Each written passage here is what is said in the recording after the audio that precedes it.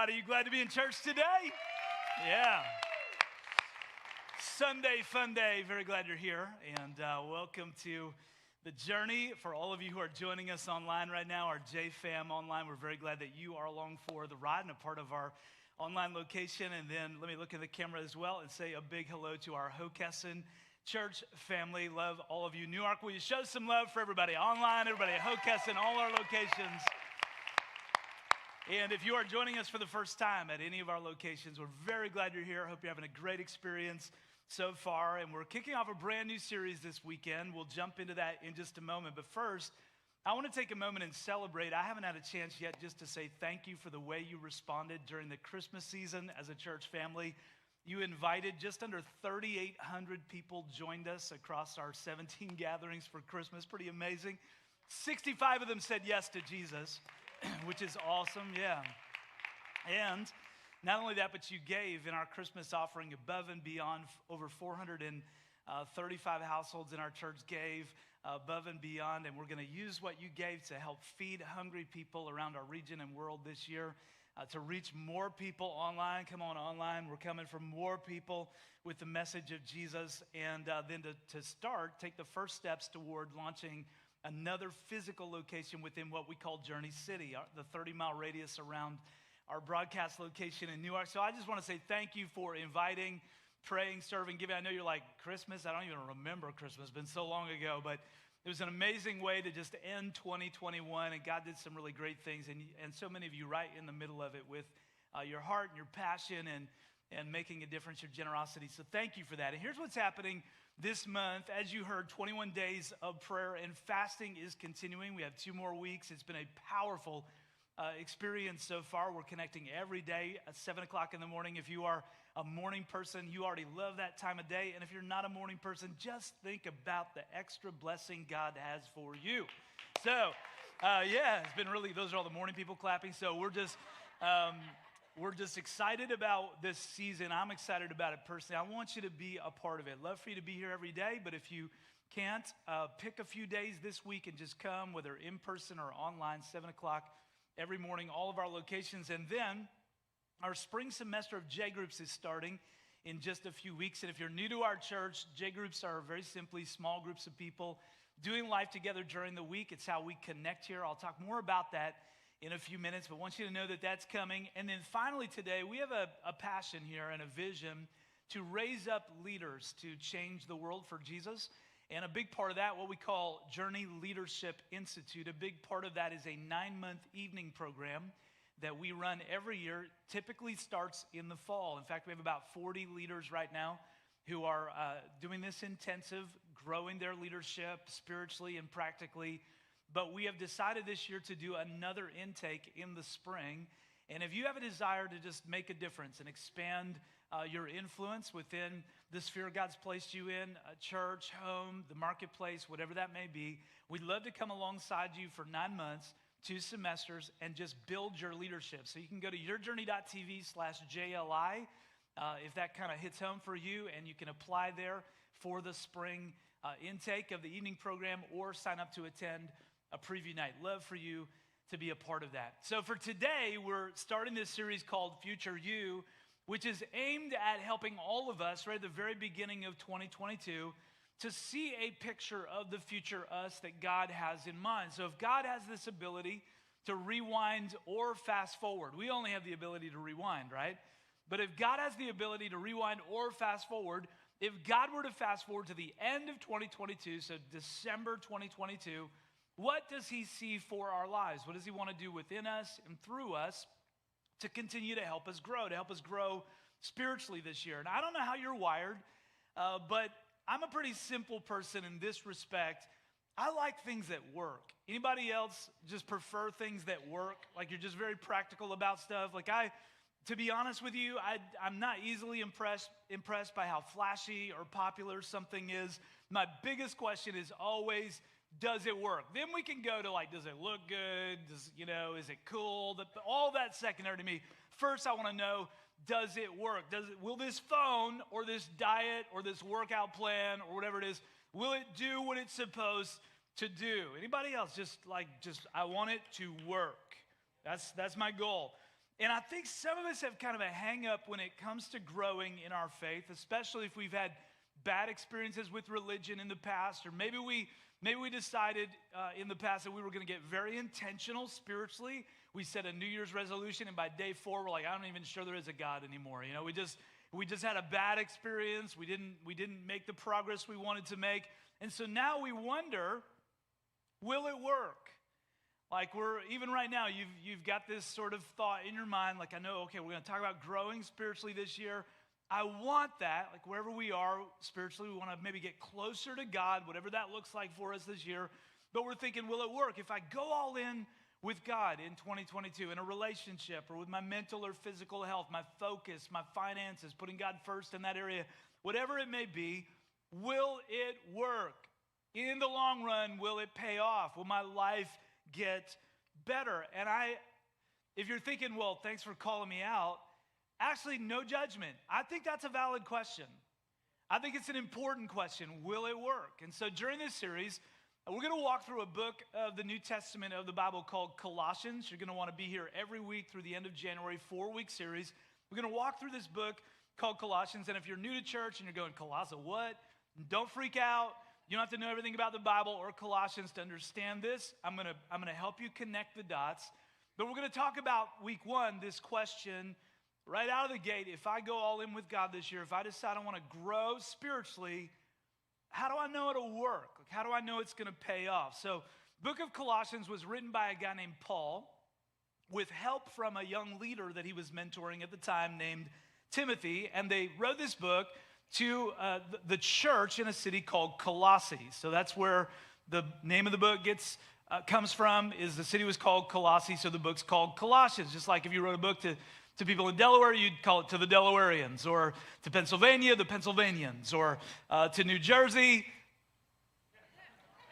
the New Jerseyans. What was going through your mind? Not sure. I'm not really sure like what the right title is, but I'm going to go with New Jerseyans, all right? So the book is written to the people in Colossae. I'm going to get some hate mail from New Jersey this year. I know, I love you.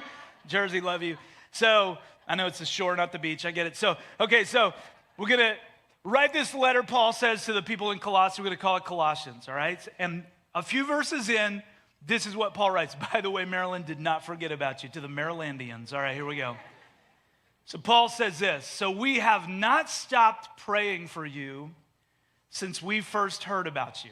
Now, what you have to understand is that Paul had never been to the city of Colossae, as far as we know, but news came to him about these people who were following Jesus in this church in the city, and it was encouraging news. He was fired up when he heard about their faith and their passion for Jesus and the things that they were doing to make a difference. And so he says, Timothy and I have not stopped praying for you since we heard about you. So the question is, what did he pray for them? What was Paul praying for these people in Colossae? And he says this: we ask God to give you complete knowledge of his will and to give you spiritual wisdom and understanding. Oh, just that. It's a small request, right? Paul says, we're shooting for the moon. When we pray for you, we want you to have complete knowledge of God's will. We want you to know everything about the plans God has for your life, what he wants to do in your life, through your life, with your life. We just want you to have complete knowledge of God's will. And then we want you to have spiritual wisdom and understanding. Let me do a quick poll here today. All of our locations, how many of us, just by a show of hands, if you're in the room in person, how many of us would say, I today, as of right now, have complete knowledge of God's will? We just raise your hand if you have complete. My hand is only up as an example. It's complete. I really don't need to know anything else. I've arrived. Know everything. If you're online right now, just type it in the chat. I have complete knowledge of God's will. Follow me at, Okay, so none of us have arrived there. Paul knew that. He knew that what he was asking for was a big thing, but he doesn't allow the gap between where these people are and where God wants them to go to intimidate them. He says, I'm not going to stop praying until you have complete knowledge of God's will and spiritual wisdom and understanding. To which some of us go, yeah, but I don't need spiritual wisdom and understanding. I need practical wisdom and understanding. I need something that works. I need my boss to get transferred in 2022. That's what I need. I need my spouse to get their act together. I need my parents to figure their lives out. Like, I need something practical to happen. I'm having trouble paying the bills or figuring out where I'm going to go to college. I don't need spiritual wisdom and understanding. But for Paul, It's spiritual wisdom and understanding that sets us up best for the right kinds of practical outcomes in our lives. That's what he believed. That's what I believe. And what I've learned is that sometimes the way God gives us knowledge of his will is not the way we would prefer to receive it. So when I was in my last year of high school, I knew God wanted to do something with my life. I put my faith in Jesus when I was 15. And when I was 16, I had this experience with God where I just knew God had called me to do what I'm doing now. Obviously, I didn't know all the details, but I knew God was calling me to be a pastor, to preach and to teach and lead. And nobody around me, by the way, thought that that was the plan God had for my life. Nobody looked at me and said, you should be a pastor. Everybody looked at me and was like, you should do your best to finish high school. That would be awesome. But I just knew God had called me. But to be honest, I was kind of putting it off. And just, well, I'll get around to it. And then senior year of high school, got a hole in my lung randomly. And could have been very serious. It took me some time to recover. I was out of school. When I went back to classes, first week back to classes, got in a car accident leaving school. My fault. 1 week later, got in another car accident. My fault. So first one was the back of my car. Second one was the front of my car. So now I have this car. And you may be thinking, I will never ride with you anywhere. But listen, I'm not the world's greatest driver, but this was a little over the top. And I didn't have money to fix my car. I didn't have collision insurance. My parents didn't have any extra money at the time, so I had to sell my car. It was all banged up and didn't have the money to fix it, so I sold it for just a few $100s. And all of a sudden, I had time on my hands.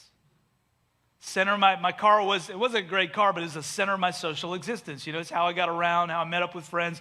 Now it's winter in Canada, where I grew up, and I'm walking for the glory of God. And so I was praying alone one day in the little church that I went to. I think my mom had dropped me off. She had a key to the church. She served at our church, and just a little church. Nobody else was there that day, but I went inside, and I just decided I'm going to pray. And I picked up a Christian magazine someone had left sitting there. Now, I don't know if you remember magazines, but they were like printed on paper. I don't know if you remember paper, but think of magazines as the apps of the 20th century, you know. And I was scrolling through this magazine, and I saw a little ad for a ministry college. Just a tiny little ad, corner of the page. And someone had mentioned that same ministry college to me a couple months before, and I didn't know anything about it. I had just sort of blown them off. But when I saw that second time, saw that little ad, I felt like God just spoke to me, not audibly, but just this little nudge inside. Mark, you need to go there. And I don't know if you've ever had an experience like that. By the way, that does not happen to me every day. I would love if it would. Like, this is where all of the lights will be green on your way. Like, I would just love it but it doesn't happen that way. But I just felt like God spoke to me, said, you're going to go there. And so I did. That fall, I did. Didn't make any sense. I grew up in Canada. The school was in Delaware. I didn't know anything about it. Did not seem practical.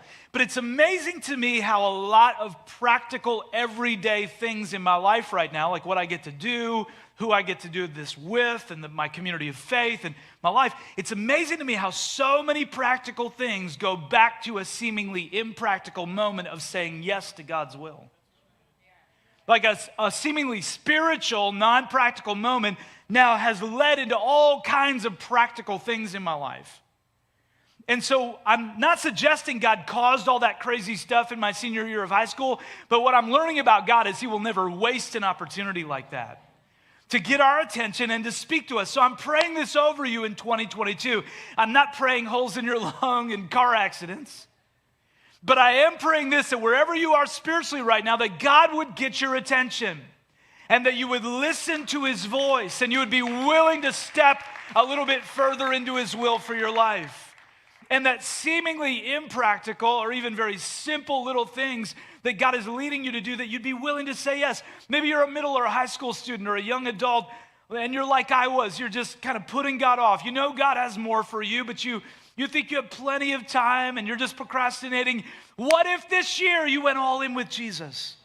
What if you just said, I'm not going to wait any longer. I'm going to listen for the voice of God. Maybe you're in a season in your life where you're considering changing careers and all you're looking at is salary and geography. And God is saying, what about my will? What about my purpose for you? Would you be willing to seek me and listen to me and potentially do something that doesn't seem practical at the time, but it's going to open some doors I have for you? Maybe you're going through a season of struggle and you're cursing the struggle, and God is saying, shh, I need you to stop cursing the struggle long enough to see the opportunity in it, to hear my voice that you wouldn't otherwise have. I'm just telling you, I'm praying this over you this year because your future you is being shaped by how well you listen and respond to God now and how much you're willing to do His will. So my prayer for you, what I want for you this year, what I believe God wants for all of us this year, is that God would continue to move you toward complete knowledge of His will. And God doesn't usually do that all at once. He doesn't give us complete knowledge of His will all at once. He gives us partial knowledge of His will, and our obedience opens the door to more knowledge of His will. And some of us are going, God, go ahead, give me complete knowledge of your will. And until you do, I will just stay stuck in the same place I was in 2021, every area of my life. I'm just going to hang out here, and I'm listening, and God is going, I'm going to give you a little bit of my will. You do it, I'll give you more of my will. That's how this relationship with God works. He waits to see if we'll take partial knowledge and trust Him enough to take a next step. So my prayer for you is that you would walk by faith this year in God, and that you would be willing to take next steps and say yes. But I know you still have the question, but will it work? So if I do that, if I start listening to God, I start taking steps of faith toward His will it work? Well, according to Paul, yeah, it will. Because here's what he says, if we'll live this way, then the way you live will always honor and please the Lord. Now again, none of us are there, but Paul says this is the goal. And your lives will produce every kind of good fruit, and all the while you will grow as you learn to know God better and better. What Paul's describing here is a spiritual journey. He's describing this way of living out our faith that works. It pays off. And the goal of this spiritual journey is that the way we live would always honor and please the Lord, and our lives would begin to produce what Paul calls every good fruit in our attitudes, in our relationships, in our health, in our finances, that we would begin to produce fruit. Now, fruit doesn't mean that everything goes the way we want it to go. Fruit means that we're mature enough to begin to produce things that honor and please God, and our lives begin to really change, and other people begin to notice. It shows up in our lives. So there are two things at play here. This is so important. You got to catch this. Two things at play in this spiritual journey. The first one is faithfulness. Faithfulness is our willingness to do God's will regardless of how it feels or the immediate results or lack thereof. So faithfulness is a willingness to do God's will no matter how it feels or what the immediate results are. The second thing, though, is fruitfulness, and fruitfulness is God's promise that our faithfulness will work. It will produce fruit. It will eventually pay off. We will see the results that our hearts truly desire. Here's what you have to catch. Faithfulness is our part. Fruitfulness is God's part. We cannot do God's part. He will not do our part. It's quiet up in here, except in Hockessin. They're going nuts right there in Hockessin right now. But here in Newark, it's a little bit quiet. Why? Because we're like, ooh. Because some of us have been trying to do God's job while neglecting ours. Here's what I mean. This is supposed to be a partnership of our faithfulness and God's promise to bless that faithfulness with fruitfulness, with things beginning to take shape in our lives. Joy, peace, goodness, self-control, some of those things the New Testament refers to as the fruit of the Spirit. We cannot manufacture fruit no matter how hard we try, but we can grow in our faithfulness so our branches are ready to support it when God sends it. And the faithfulness is our part, the fruitfulness is God's part. Now let me be very clear, especially if you're new to your faith, I want you to understand this very clearly. When you put your faith in Jesus, your eternity was settled. You don't earn your way to God. You don't obey your way into being more saved. You are saved by faith through grace because of what Jesus Christ did for you. That is how you are saved. Your eternity is settled. Heaven is settled. Very important to understand that. But your in-between is still being defined by what you say yes to and what you say no to. And some of us are living in such a way that we're going to get into heaven and be like, whew, whew, well, that was a wreck. But thank God I'm here. Woo! And Jesus is going to be like, yeah, you're here. Man, you could have had a much different leading up to here. Because your faithfulness wasn't what it needed to be. So your fruitfulness suffered. Because although our eternity, our heaven is settled, our in-between is defined relationally by our willingness to submit to God's will, to seek to understand His will, to do His will, to be faithful so that we can be fruitful. And this is so important because some of us even right now, and I've been there, no judgment, okay? But some of us even right now are going, God, in 2022, I want my life to work. And what we mean is, I want fruitfulness this year. Here's what we want. We want fruitfulness in our lives. We want things to go well. We want things to change. We want our finances to be better. We want our jobs to be better. We got somebody we know. We want to get fired from our jobs so that it can be better. We're like, I want the kids to take out the trash without being asked this year. God, I'm just asking for fruit. And really what we're pursuing is fruitfulness without faithfulness, which is just plastic fruit. It's just external, circumstantial, here today, gone tomorrow fruit that looks good till you try to take a bite out of it. And God is saying, no, if you want real fruit, here's what you're going to have to do. You're going to have to be faithful so that your branches take shape in your life and you're stable enough to handle the kind of fruit I have for you.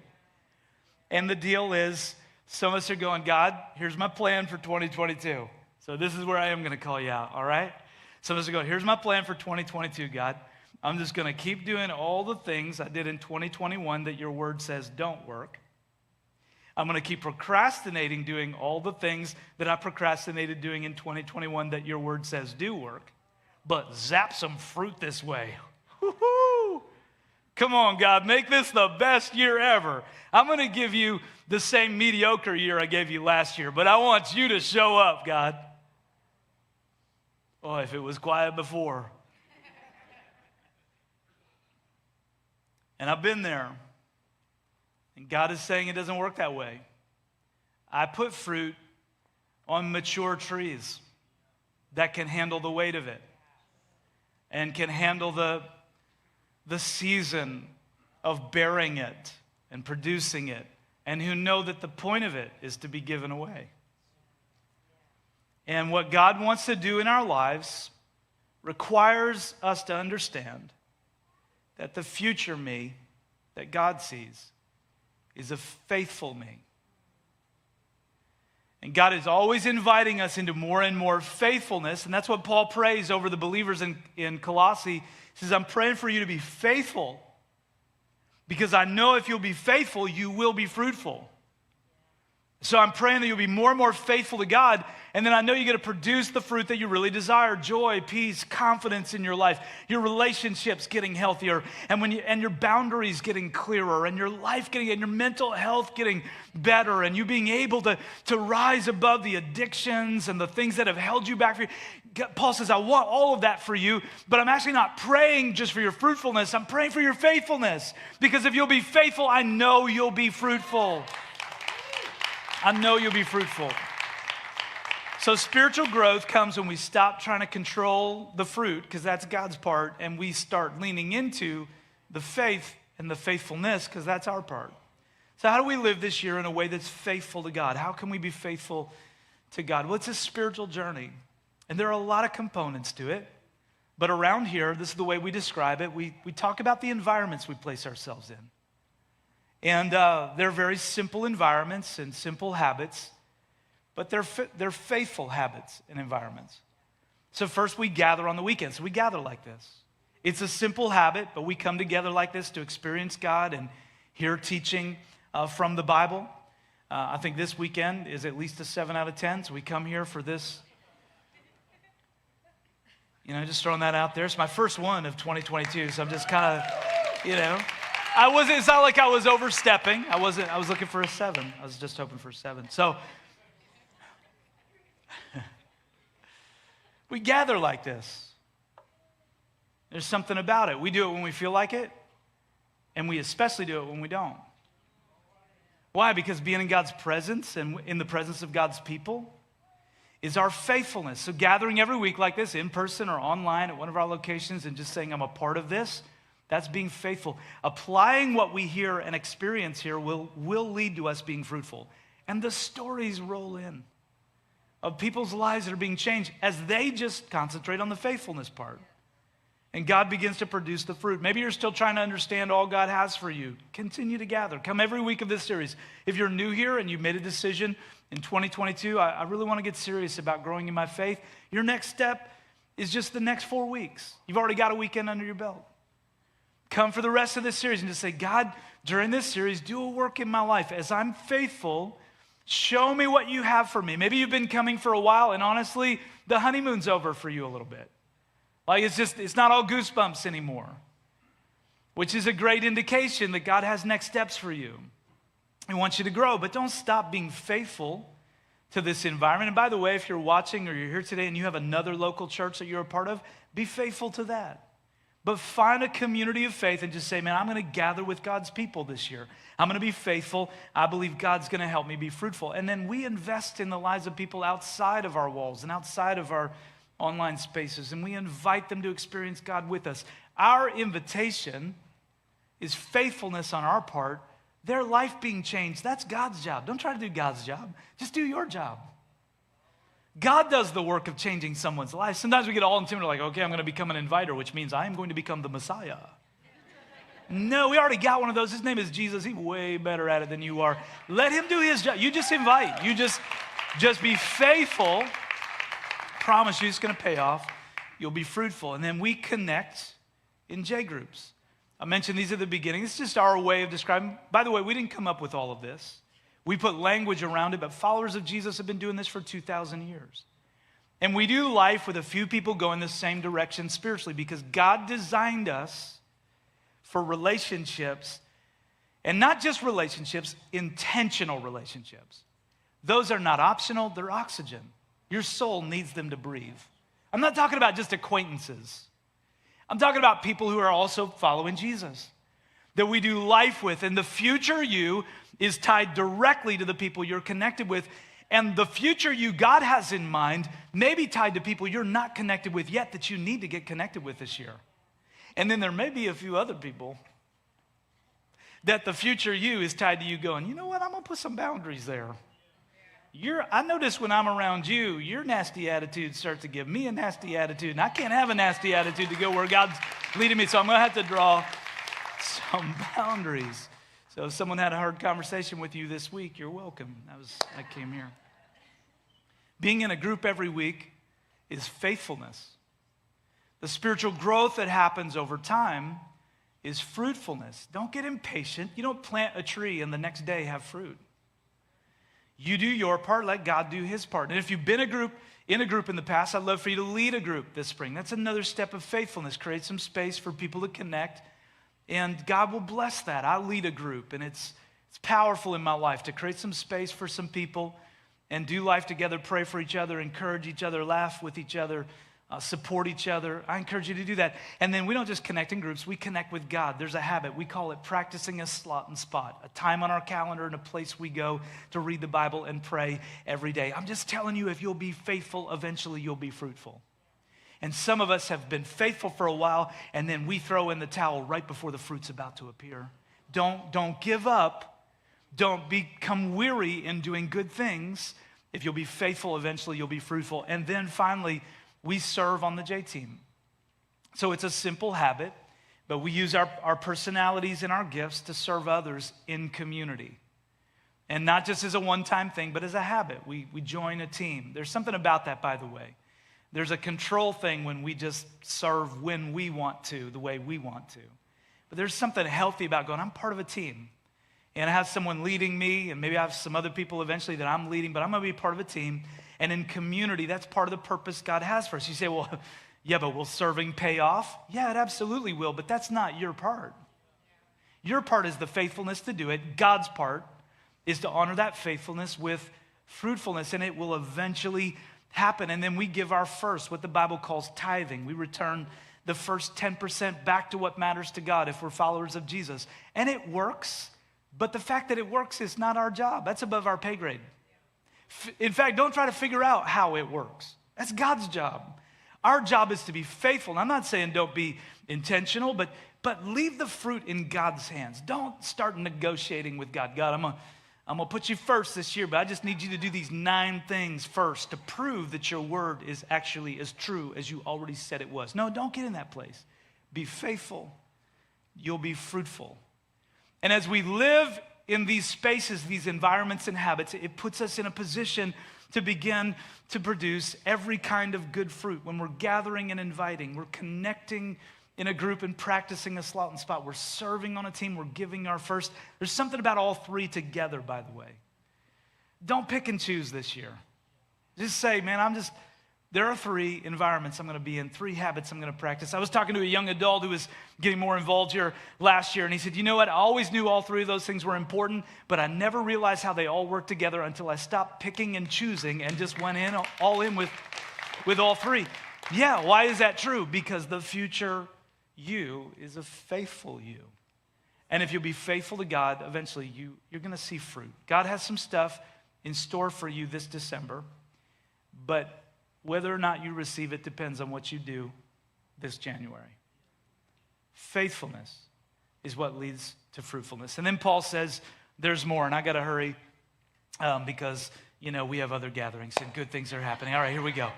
You get a little extended message today. Is that okay? It's just a little extended. Next weekend, we'll dial it back, get a little extended. All right, here we go. We also pray that you will be strengthened with all his glorious powers. And Paul says, again, I'm shooting for the moon. I want you to have it all. I want you to have everything God has for you.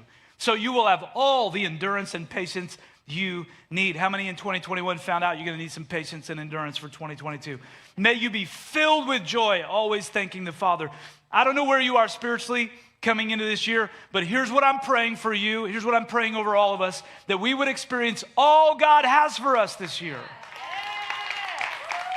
That we would not stop short of anything that God desires to give us and for us to experience. And if you work out, by the way, you know this process. Notice again, our part, God's part. How's it work? Lift the weight, muscle gets stronger. I am not saying that I am a perfect representation of this. I'm just saying the science works. Lift the weight, muscle gets stronger. Lift more weight, muscle gets even stronger. Lift weights once a month, muscle gets like a little bit stronger. Lift weights once a week, gets a lot. Lift weights 3 times a week. Well, those muscles really start getting stronger, right? Everybody knows the process, but you only control one of those 2 things. You don't control the muscles getting stronger. You only control the weight you are willing to lift and how consistently you're willing to lift it. Can I just go there with somebody? There's something you've been asking God to take out of your hand, and it's actually a dumbbell to develop your faith. And what he wants you in is a posture of going, man, this is heavy, and I'd like this to be done. But for now, man, I just noticed a little bit of a ripple there in the bicep as I can do all things through Christ who gives me strength. I'm staying faithful to God. I'm going to believe God. And Paul says, listen, the future us is a faithful us. What God's inviting us into this year is faithfulness. So here's the last part. Will it work? How do we know for sure? So some of us are still a little bit on the fence. We're like, yeah, but how do I know? Is there a guarantee? Yes, there is. Paul says, God has enabled you to share in the inheritance that belongs to his people who live in the light. For he has rescued us from the kingdom of darkness and transferred us into the kingdom of his dear Son, who purchased our freedom and forgave our sins. Listen very closely. If you're not sure what you believe about Jesus yet, you can take a pass on this. But if you are a follower of Jesus, here's how you know your faithfulness can't not pay off. I know it's a double negative, but it can't not pay off. It's guaranteed. It's guaranteed by the creator of the universe, who sent his Son to save you from the kingdom of darkness. And a life going all in with God, a life spent being faithful to God, will produce every good kind of fruit. Doesn't mean your life is going to be easy, but that's okay. As you grow spiritually, easy is not your top requirement for a good life anymore, because easy is for amateurs. Your standard is, I want it to be fulfilling. I want to be close to God. I want to walk around with confidence. And it's guaranteed. You will, because there's no way Jesus would have started this in your life without having every intention to finish it. The only question is not whether or not he will do his part. It's whether or not you will do your part. That's the only question. Your eternity's settled. Heaven's a done deal. That makes the enemy of your faith so angry, by the way. He can't mess with that. All he can do is convince you to settle for less in between. To keep living the same way you've been living, embracing the same dysfunctional habits, giving into the same desires, making excuses. That's all he can do. He can't change your destiny, but he can mess up your in-between. But when you decide to be faithful to God, you step into a place of God's favor in the meantime, and you will produce every good fruit. I'm a simple person. I like what works. And this works. Following Jesus fully works. I know for some of you, you're newer to this, or you're younger, and you're like, I don't know, the world seems pretty good sometimes. I'm just telling you, I've been following Jesus now for 31 years. And I'm just telling you, the stuff I used to think works, it doesn't work. Jesus works. God works. This life works. Doesn't mean it's always easy or fun, but that's not my standard anymore. This life works. It's intentional. It's real. So here's what I'm praying over you, 2022. Listen, I'm praying that you will have complete knowledge of God's will for you. I am praying over you that you will have spiritual wisdom and understanding. I'm praying that then the way you live will always honor and please the Lord. And I'm praying over you that your life will produce every kind of good fruit, and you will grow as you learn to know God better and better. I'm praying that your life will be strengthened with all of his glorious power, so you will have all the endurance and patience you need. And I'm praying for you to be filled with joy in 2022. I'm praying that in the moments when you experience doubt or discouragement and you feel like throwing in the towel, that you will remember that God has enabled you to share in the inheritance of his people who live in the light. And I am praying that you will remember that you have been rescued from the kingdom of darkness, brought into the kingdom of Jesus, and that Jesus died to forgive your sins and to give you complete freedom from everything that's ever held you back. It's your inheritance. It's your destiny. And I'm praying week 1 of this series that what you'll remember is that the future you is a faithful you, and a faithful you is a fruitful you. It's guaranteed. God will be good to his promises. And if you receive that today, would you just shoot your hand up all over the room? Newark, Hockessin, come on, just shoot that hand up high if you receive that today. Watching online, let us know. I want to be included in this. Let me pray it over us. Father, I pray right now for the people of God. I pray that we would have complete knowledge of your will this year, God. That we would be strengthened with all your glorious power. That we would grow to know you better and better. That we would produce every good kind of fruit in our relationships, in our decisions, in our attitudes, in our mental health, in our spiritual health. God, I pray you'd give us the courage to lay aside the things of 2021 that were not your best and to lean into our faith this year. God, I'm praying that this year we will have all the endurance and patience we need. God, I'm praying that this year will be strengthened with glorious power. I pray it over us, God. We have been forgiven and set free, and we stand in confidence as the people of God. And then right now, if you're receiving that with me, would you draw a line in the sand in your spirit and step over it into everything God has for you this year? Would you just tell him, I'm in? I'm in. I want it all, God. I want all you have for me this year. I let go of my life to receive what you have for me.